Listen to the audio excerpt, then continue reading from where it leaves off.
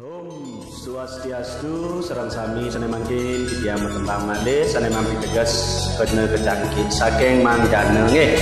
Dumugi terhibur sareng sami. Alus manis bibir hati memungi ngai ulung kena menyayangi seketika ya aneh mama digelis rasa suluk enggalang bakat menunggu enam papat tujuh telu putus dua antu sekan janji ni ucapan lagi nanging lacur semayani kelepasi adi olas ngalin dewek begeline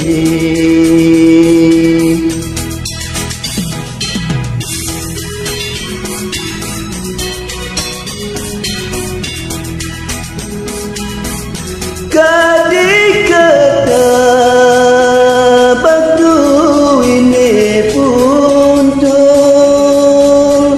sakit dirasa yang melinjau di tengah mana merasa beri keken paundukan karena kau cantik koragan beline janji Aing para semeton sareng sami sedurunge tiyang puniki nunas gerana Senampura riyanto kang tembang puniki tiyang unggah manggane preside terhibur sareng sami tur tiyang lunas yen ning seneng tolong subscribe di bawah nggih. Anggen tiyang limurin pikayun manggane preside stres hilang manggane seneng nggih.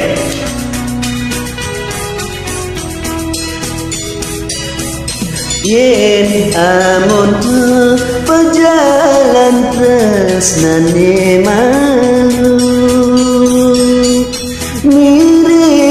pusing adalah sanane pele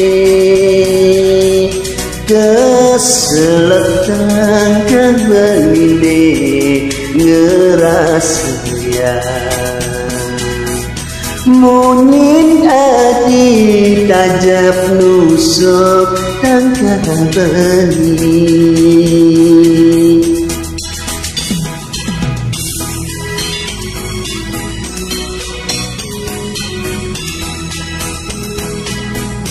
kadi kata batu ini puntung sakit dirasa yang melinjau di tengah merasa melideken paukudan karena kecangkit koragan beline jani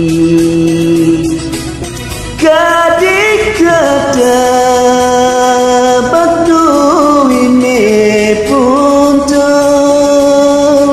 sakit dirasa yang melinjau di tengah